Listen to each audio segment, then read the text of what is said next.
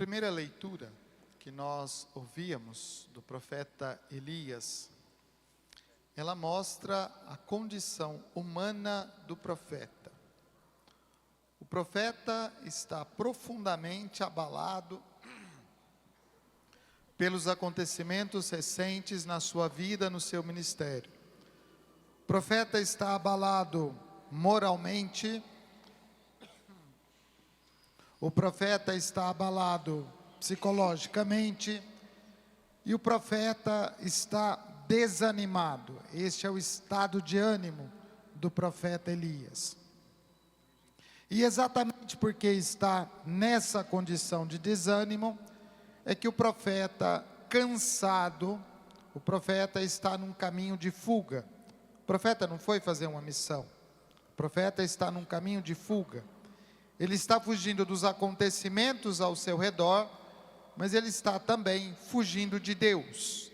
Ele está se escondendo de Deus, a tal ponto que o profeta, no seu diálogo, na sua oração com Deus, ele diz que prefere a morte. E por isso o profeta deita, dorme. O profeta quer esconder-se. Esta é a condição da depressão. Em algum momento da vida, certamente todos nós já experimentamos esta condição de desânimo.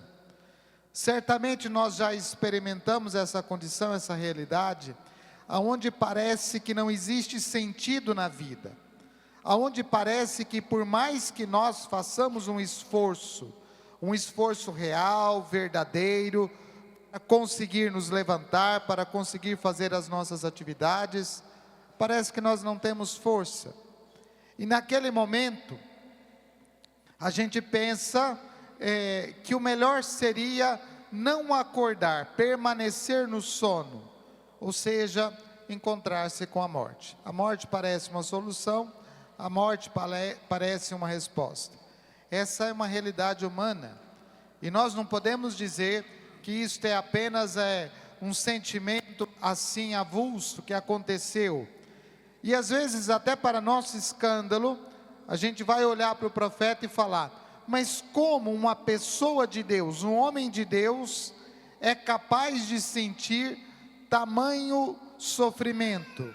Como é que um homem de Deus pode pensar que foi abandonado?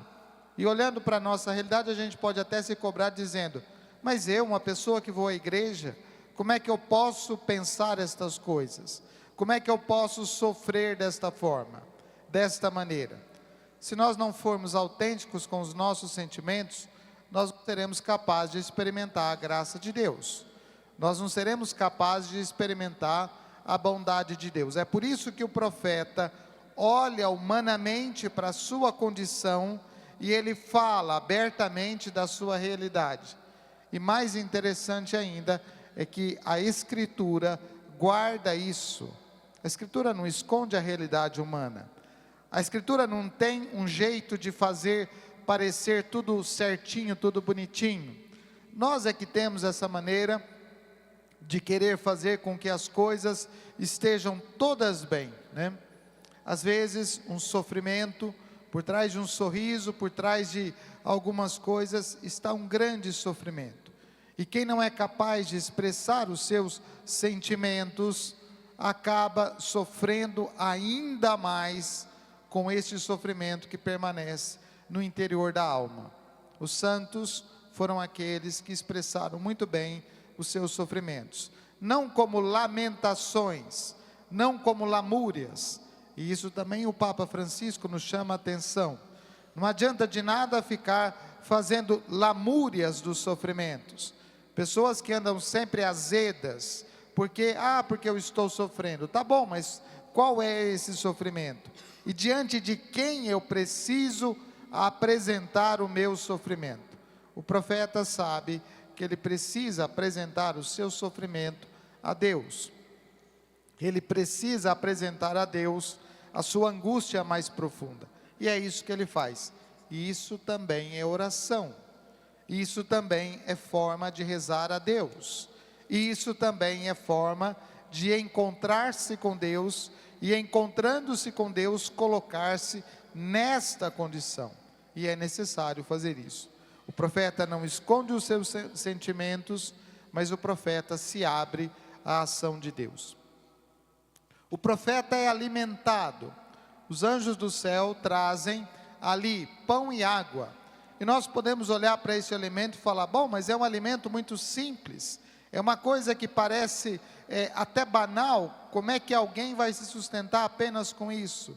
É aquilo que o profeta precisa para se levantar.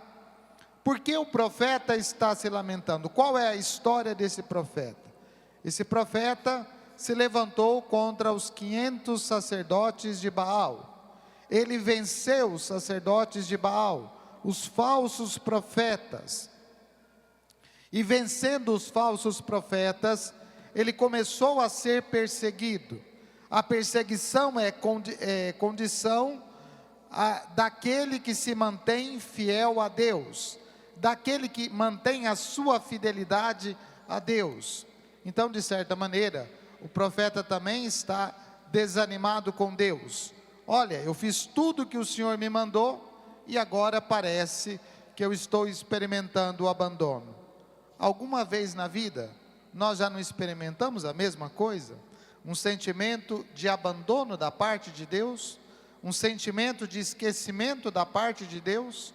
Um sentimento de, parece que as nossas orações não são atendidas, apesar da insistência, apesar da fidelidade, apesar do nosso compromisso. Aonde está Deus nesse momento? O profeta parece que está sozinho.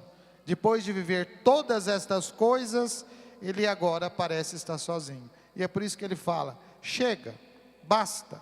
Eu já fiz tudo o que o Senhor me pediu. E parece que nada do que eu fiz tem resposta. Parece que nada do que eu fiz é suficiente. E aí, nesta condição, o profeta se deita, mas o profeta é alimentado. Deus vem em socorro da fragilidade humana, não com aquilo que nós queremos. Qual seria o desejo do profeta? Que Deus viesse para fazer a grande vingança.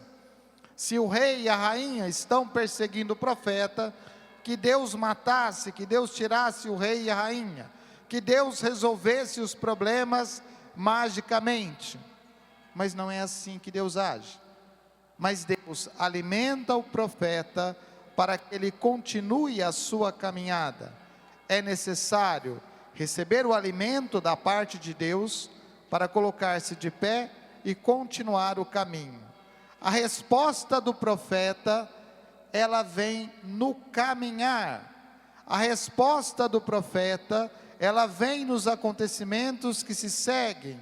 Ela vem naquela resposta diária, cotidiana, da presença de Deus.